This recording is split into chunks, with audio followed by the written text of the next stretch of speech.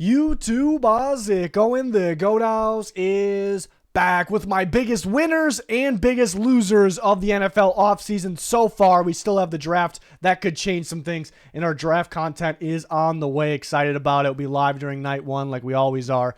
But excited to break down my biggest winners and losers in this video. We'll talk about other teams that just missed the cut at the end. Join us on Twitter, new and improved Patreon, links pinned in the comments for anything you're looking for.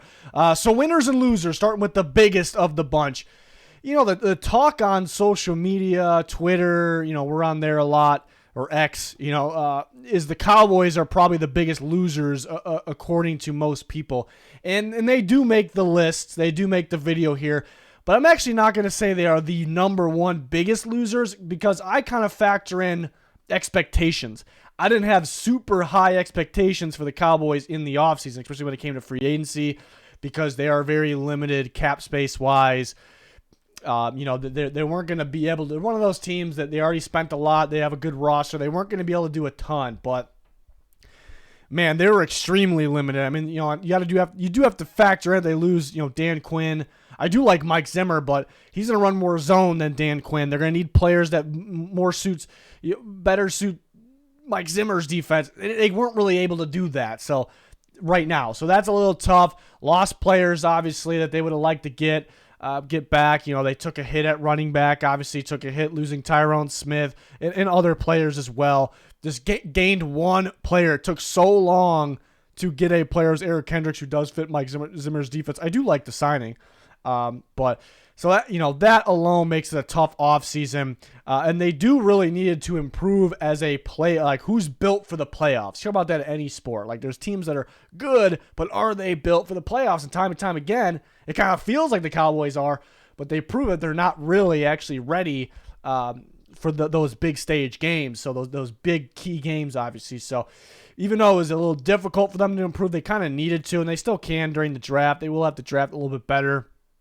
Wasn't thrilled with them in the first round last year at the time, and that kind of proved so far to be right. But yeah, I actually wouldn't say they are the biggest losers because I do factor in expectations. You know, how much cap space did they have going into free agency? I factor stuff like that in, which should be factored in. So they are a big loser, and one of the biggest winners, the Tennessee Titans, with major additions. I think you can argue they are the most improved team. We're going to talk about some of the other teams. I think there's two other teams that you could argue, and there's more teams that are, you know, on this winners list that, you know, I'm not just looking for who's the most improved, and there are three total teams that you can make the case improved their roster the most. I think the Tennessee Titans are one of those teams. They spent a little bit. I don't really have an issue. I'm not a big fan of paying corners a lot of money, but I thought Snead would actually have got more. Ridley, they paid a bit, but I think Ridley's good, especially for how long he was out of football. You know, going for 1,000 yards. The Titans really improved this team. They they narrowed it down what they could focus on in the draft. And they're kind of focused on, they're focused on fitting today's game. Like they're not stuck in their ways where they moved on from their staff. So that kind of did it, but they're realizing, you know, it's a passing league and, you know, stopping the pass is huge. And, they have their priorities, you know, set right, you know, so they're, again, really improved, left limited things for the draft to kind of finish improving this team. And they got a lot of guys that really fit today's era, fit what, you know, Brian Callahan's trying to do. So, for that reason, they are a big winner. And you're looking at the Snead trade, they didn't give up much value. That was the issue. Like, there was some legit trade candidates that who'd we point towards as landing spots, the Titans, because of cap space and fit and how they're trying to change for the better. But the issue was they're limited in draft picks this year, and they go and they trade a future third-round pick for Snead. So that was huge. So I thought it's an A+ trade. I wouldn't give the contract an A+. Not that I would give it a bad grade. I gave Jalen Johnson a B, so we'll probably be right there with that. But overall, how much they improved the team. I think they had some sneaky signings as well. I think Kenneth Murray still has some upside. So I really like what the Titans have done. They've been a major winner for me, and that's why they're on the video. Loser, a division rival, the Colts. Yeah, I think looking at what the other AFC South teams are doing, the Titans were a team that was behind them. Like, evaluating the roster just in terms of talent, Titans were a team that were behind them, but they added so much talent. And, Texans and Jags, they missed on some, but they had some big hits and got better overall in free agency. So I think what's going on with the division. But, yeah, the Colts, once again, had a lot of spending money and kind of just used it on their own guys. They spent a lot, but, did they improve? They stayed about the same to me. And it seems like Ballard, he can draft pretty well. I thought their draft last year was one of the better ones. We'll see if that proves to be right. But we'll see if they can continue to do that. So they still have the draft. That's great. But had absolutely several opportunities, good opportunities to actually improve this roster, and they did not while spending a lot. So that's a little tough. And again, I thought, number one, the other AFC South teams improved. That looks like a juggernaut division right now. It wasn't before. So that was a reason they needed to improve. But look at the Colts last year. They won a few more games than expected. Why was that? It wasn't really mainly because the talent. You evaluate that roster. It wasn't the most talented roster. I thought it was more so, and they had talent, don't get me wrong. I thought it was more so, coach. I think Steichen's a great coach. New coaching. Teams not knowing how to game plan for that. Having to take time to figure that out. I think, eventually, teams can game plan for anybody, but again, they still have a good coach. But I think it was kind of proven in the end, like how they came up short against the Texans. A talent. I mean, they got Minshew throwing to like a guy that's been bounced around practice squads and running backs dropping the ball, and it kind of proved that they did. They played as well as those teams, but they just don't have the talent level of the Texans and the Jags, and they kind of got by. I think because of the game plan factor, the coaching factor. So that was a reason they could not stay the same. They had to get over that talent hump, and they didn't really do that. And again, they're a team that actually had opportunities. They had a lot of money. They were in on Snead. They were in on Hunter, but to an extent. I really thought they were going to get Chidobe Awuzie. I believe they were in on him, and the Titans get both those corners they were in on. So, yeah, it was kind of a tough go so far for the Colts, and it's just disappointing with the opportunities that they had. So that's why they fall under that category. Another loser, the Denver Broncos, and this was an interesting one. Every year there's those teams that they clear that extra space. So the Broncos were negative in cap space. Every team has to get to zero. You have to do it, and sometimes teams have to make brutal decisions that they don't want to do, but they have to. That really wasn't the case here. The Broncos had to do that, but then they went over the top and did more. They trade Judy when they didn't do it in the past for more compensation. They're like, yeah, I guess we'll just dump him for next to nothing because we want to clear this space. We want to move on for the future. Justin Simmons was a surprise. It's a really good player. You clear that extra space, you don't just get to zero. You clear a lot of space because you plan on doing something. You don't do that because we just to clear the space, we'll have it sit around. No. So I don't think the plan went quite how they wanted it to. And every year there's teams like that. It's tough. It's a tough job. You have to take a gamble when you make yourself worse to get better. They made themselves worse. They didn't really do what they planned to do. They added some pieces here and there. They're small, minor pieces. There's nothing crazy. And they added some decent players, but I just felt like they didn't really do what they set out to do. They moved on from key players to create extra space to do what exactly? So seemed like a little bit of a miss when it came to that situation. Didn't take advantage of that created space. Multiple holes. I mean, a massive one at quarterback. They kind of got to look at the offensive line for the future, but it could be okay for now. Receiver was already kind of a need. It's even more of a need now. Edge rush. I still think, they could. You need they added safeties, but they took a step back with that. Obviously, moving on from Justin Simmons, so a little disappointing there. Felt like they set out to do a little bit more. That's the only reason you do that. Like Justin Simmons is a prime example. Like you already cleared. You already have some space to make those minor signings. They could have done that anyway. Especially we'll give them Judy. Forget they did that already. You clear that extra 15 or so million with a great player of Justin Simmons, one of the better free safeties football, to do something like to take that next step, and they didn't do that. So that kind of seemed like a strikeout there. Well, not seem like it was. There's really no debating that right now. They could do some damage in the draft. I'm excited to see what they do for sure. Panthers, a little bit of a two-parter for the Panthers. Defense, their defense is big losers. Lost two of their top three defenders. I think Brian Burns is their best defensive player. Frankie Lavue versus Derek Brown for their second. Well, J.C. Horn would be. I think he could be the best corner in football, but he just cannot stay healthy. So I think their top 3 defenders are Brian Burns, Frankie Lavue, Derek Brown. They lost 2 of those guys. Lost their top 3 leaders in sacks. We just named 2 of those guys. And Gross Matos, another one. Not a major loss, but still, you lost your top 3 leaders in sacks. They did not really add on defense. They replaced. I do like Josie Jewell in that system, but you're replacing, you're replacing Lavue with him. It's really not an upgrade at all.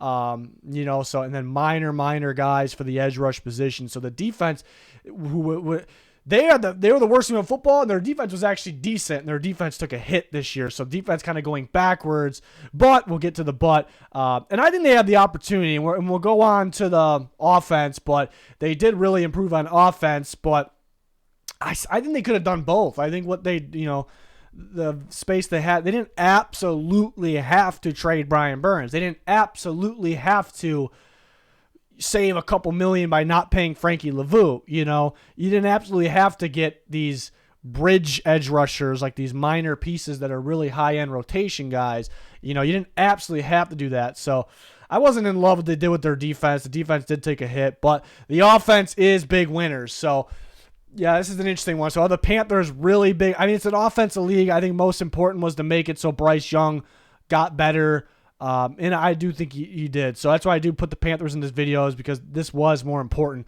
I thought it was greatly improved with the moves they made via free agency or trade. Deontay Johnson trade, we graded that an A+. That was fantastic value, great fit, good player. Improve with coaching. You guys remember I ranked them number 1 because I'm a big, in terms of the hire, because I'm a big fan of Dave Canales. I think that instantly helps the team, the offense. Bryce Young, improve the offense line, and the weapons are better. We talked about that. Specifically, you look at the right side of the offense line, adding Robert Hunt on Taylor Moton's side. It would allow Bryce Young to do his thing on the rollouts to the right. So I think specifically looking for solid fits. It's just great news for their franchise piece that absolutely has to work. Like, the talent's in there. No one's doubting Bryce Young's talent. He struggled last year. We talked about that. People called me a hater, but I'm just that's my job. I'm kind of giving you what he was doing last year. No take on his future. My take on the future is I like what they're doing for him. They're going to make that work, I would believe. Is he going to be as good as CJ Stroud? It's a different debate, but that really has nothing to do with that, with this right now. So they definitely did greatly improve on offense, and I do like some of the fits, just, overall what they've done this offseason. Another loser, the Ravens. The roster got worse. They lost a lot of key coaches as well, so factoring that in. I love adding Derrick Henry, one of my favorite signings. He's going to be a stud. Like, how do you game plan for Derrick Henry and Lamar, both their legs at the same time? It's almost impossible, so that's tough, but they lost some key pieces there, coaching staff, players, the offensive line. They have major holes on the offensive line, and they kind of did, like, looking at the Chiefs game, they got exposed there, so they kind of already needed to improve that. Receivers, it was Zay Flowers carrying the group. They needed to improve that. They still very, very much need to improve that. They still need to improve off the edge, and they're losing some guys throughout this roster. Patrick Queen, Clowney's a free agent. Where is he going to go? Pieces like that. So they actually, for a team that has high expectations, they have some major holes, and it does feel like, even though that Derrick Henry signing's big, it does feel like they went backwards here. So that is unfortunate. They didn't have a lot of spending money. They did spend a lot on getting Matabuke back, but at least they didn't lose him. I just figured they'd do maybe a little bit more damage, but they can't really be the biggest loser, even though, man, it did kind of get worse. Like, they did kind of with the coaching and the players, but there's teams that had or cleared a bunch of space to do stuff and didn't do stuff. Like, to me, those are the biggest losers, but it is tough for the Ravens because they did go backwards, it felt like. Excited about them with the draft, though. Another loser, the Cardinals. A lot of multi-year additions that don't really improve the roster to me. Sean Murphy-Bunting, like that one. I think that helps them at corner, sure. They added multiple players on the D-line. They're average at best defensive linemen. I think they spent a little bit, at that, a little bit more than I expected on some of those guys. I think that, there's a lot of, like, linebacker, Mac Wilson, multi-year deal for him, multi-year for DJ Dallas. It just seems like a team that is rebuilding and getting these guys, like, these bridge players. I'm confused on why they're signing them the multi-year deals, though. And they're not really going out and get better. Again, I'm not saying they didn't get better anywhere. Like I said, I like Sean Murphy-Bunting. They got a little better at corner, nothing spectacular.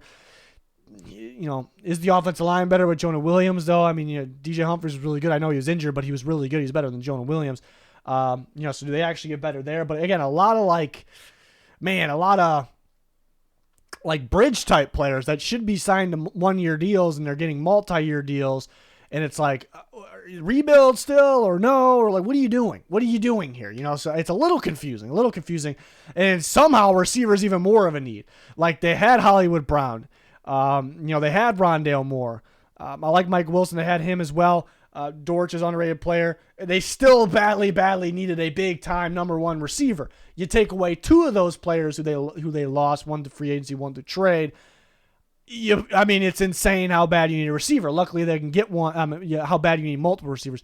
Luckily, you can get one with that top pick. But, if you would have paired their top pick, the 4th overall pick, with the Hollywood Brown or whatever, that would have helped you even more. So I'm a little confused on how good they are with making that even more of a hole.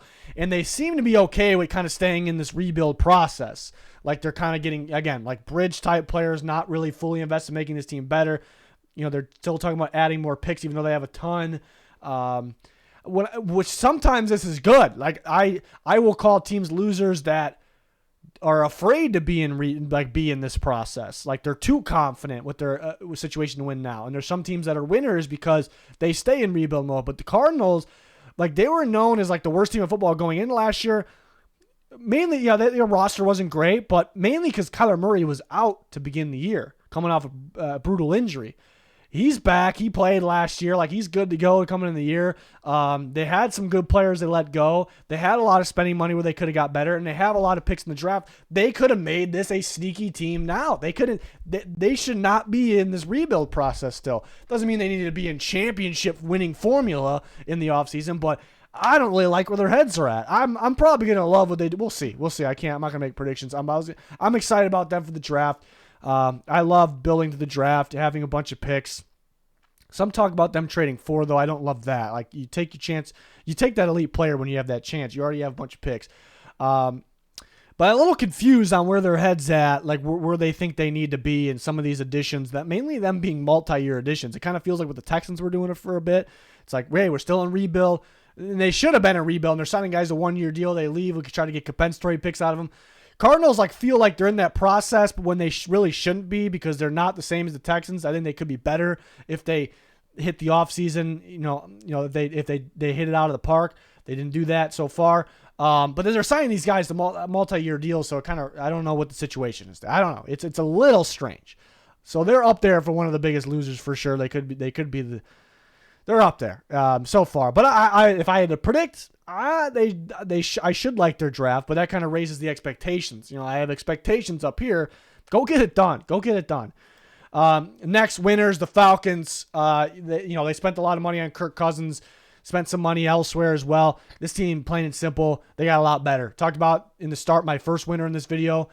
These are not in order, by the way. They're just biggest winners and losers. Titans, arguably the most improved team. I think there's 3 teams that you can argue like that. This is the second one. We're going to get to a third one. There's other teams that got a lot better, but this is the second one. The Falcons improved a ton. They're the team to beat in the NFC South. Bucks are good, better than expected last year. They kind of stayed the same a little bit, but they did make good moves. We'll talk about them a little bit in the end of this video. The Falcons were good enough to kind of be in that race last year with a disaster at quarterback in crucial situations, just turnovers. Now they get a very accurate, a very consistent, smart quarterback in Kirk Cousins to get more out of their weapons. Going to help Kyle Pitts. Drake London's an emerging player. Maybe the best offensive line that Kirk Cousins actually has ever had. It's not an elite offensive line, but it's crazy. This is probably the best offense, it has to be, that he's ever had. He's had some bad ones at Minnesota. It was finally starting to get good, and he tore his Achilles. Oh, that's unfortunate. Bijan, I think, is a really good fit, actually, with Kirk Cousins type game. Because Cousins will get he's not going to keep checking it down, but he knows when he's got to check it down, or he knows when to get the ball to the running back downfield. He sees them. He sees open receivers or options. So that's big. Kirk Cousins fits, that what they're trying to do, like a Ram style type offense, McVay tree offense under Zach Robinson. Darnell Mooney fits that tremendously. They needed a home run slot receiver because they had the big body targets. They got that guy in Darnell Mooney. And I like the Ritter Moore trade a lot. It's not something major, but I like that. So this team just got a lot better. I think not only are they a team to beat the NFC South, I think they're going to make the playoff. I think they're a legit playoff team. They can make a run in the playoffs. Am I predicting them to win the Super Bowl? Probably not. But man, NFC is kind of wide open. I mean, I think teams will compete with Niners and the Lions, who was there last year. I mean, the Packers kind of showed that. I think the Falcons could be up there. I really do. There's other teams kind of getting back on track. I think there's several good teams, but there's no team that's like, yes, that team's the juggernaut. They're going to the Super Bowl. So that's good for the Falcons as well. So I like what they're big winners. They gotten a lot better here, obviously. Seahawks are losers. They fall into like the exact same category as the Broncos. Like we knew they were going to move on from players. They move on more players. They're clearing a ton of space. Like they have way more than enough space. So, okay, you're going, Seahawks are up to something. Like you only do that, to make some moves at least, build this good roster for Mike McDonald. And they didn't do that, so they moved on from key players. They cleared a bunch of space. They didn't bring a lot of players back to do what exactly? So they might have planned to do more. They didn't really. They kind of struck out on that. Didn't take advantage of, again, same as we talk about the Broncos. Didn't take advantage of kind of that space they created. It feels like they kind of got like bridge guys, like rentals. Like they're gonna wait. They're gonna see, with some of these guys, and they got some decent players, but they were in a tough spot with Leonard Williams. It was a questionable trade at the time. They pretty much had to get him back, and they paid a bit. Good player. That kind of put them in a tough spot. Maybe they made them a little bit more hesitant to spend elsewhere, but they created a lot of space. Just a little. Are they fully invested in a path? Are they focused more on future? Like a big move they made was trading for Sam Howell. Like they're going to start Geno this year, but they kind of got that high-end backup with a lot of upside still for the future potentially. And they still had a lot of needs, and they didn't lose a draft pick, because they swapped, but they still lost value in that. So their focus definitely seems to be on future, not spending now. But Leonard Williams is a now signing. It's like, they kind of dipping their foot in the pool of this path, and they're a little everywhere. I like to hire Mike McDonald, and they could be sneaky. I expected a lot more. I expected a better roster by now. And I don't like when teams like have space or have opportunity or even create opportunities to not use those opportunities. So they're definitely up there for right now. But excited about the draft for them as well.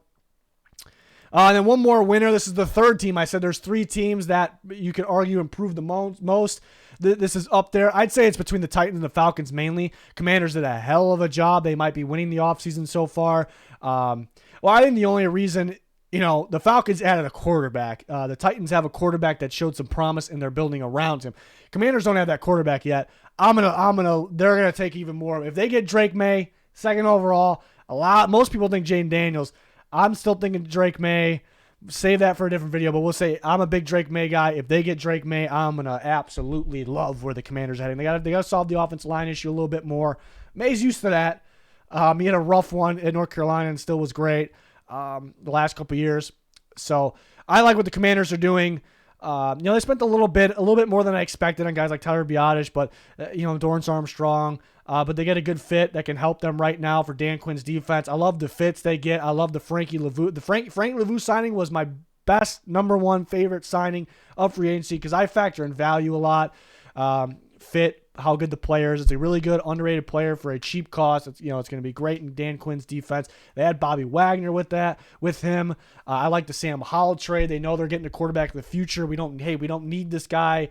We're going to move up. We're going to have an extra day 2 pick where we can do some damage. So they added value. They added fits. They got a lot better. One of the most improved. That's what I like. They're set themselves up like for future because they got so many of these draft picks and they're young. But at the same time, they also set themselves up for a pretty quick turnaround. Like, Dan Quinn's going to have this defense balling. He added big-time pieces. They know they're good players. They know they're going to be playing well. They already had some good players on the interior defensive line specifically. Um, so they're like, they're not like trying to like they can't. They're not one of those teams that can't pick a path. They combine them both. That they actually might be the biggest. The more I'm talking, when I put it that way, they might be the biggest winners because they combine the both. We're loaded on draft picks. We're ready for the future. We're adding good young players, but we got a coach that wants to win now. We got pieces that can win now. We just need that quarterback, couple offensive linemen here, and that's some big things. But I mean, it's going to take care of itself. The second pick. So I like what the Commanders are doing there. And then, again, this was the biggest winners and the biggest losers. So people might be looking for some of these teams perhaps. So we'll talk about, there's more thoughts here, but maybe why they aren't on the lists for the winners or losers. Yeah, the Vikings, they're known for a lot. There's a lot of people saying they're winners because, they replace Hunter with Grenard. They get younger, a lot of upside there. They didn't overspend on Cousins. They added solid pieces. They added a lot of players, and they added solid pieces, some good contracts, sure. They made that trade. So people love that, and I get that. And they did make solid moves, but you can't really sit here and say they got better. So and you don't have to get better to be a winner in the offseason, I guess, but they did kind of go backwards a little bit, I'd say. I mean, no Cousins, no Hunter, so it's hard for me to put them in the full winners. I did love the draft trade. I graded that an A. I almost want to give it an A+ the more I'm thinking about it because it not only does it put them in position to move up, it puts them in a better position to move up, but if they stay put, like they still win the value side of that trade, 2 first-round picks in I think a top-heavy draft, and they're going to get compensatory picks back next year. All they give up was a second-round pick, and they get a first. Don't lose a first, so I do love that. Bears, yeah, they improved this roster. I mean, it should be better for Caleb Williams. I mean, the offensive line's about the same as it was with Justin Fields, though. And there was a lot of complaints with the offensive line. I didn't think it was as bad as people said, though.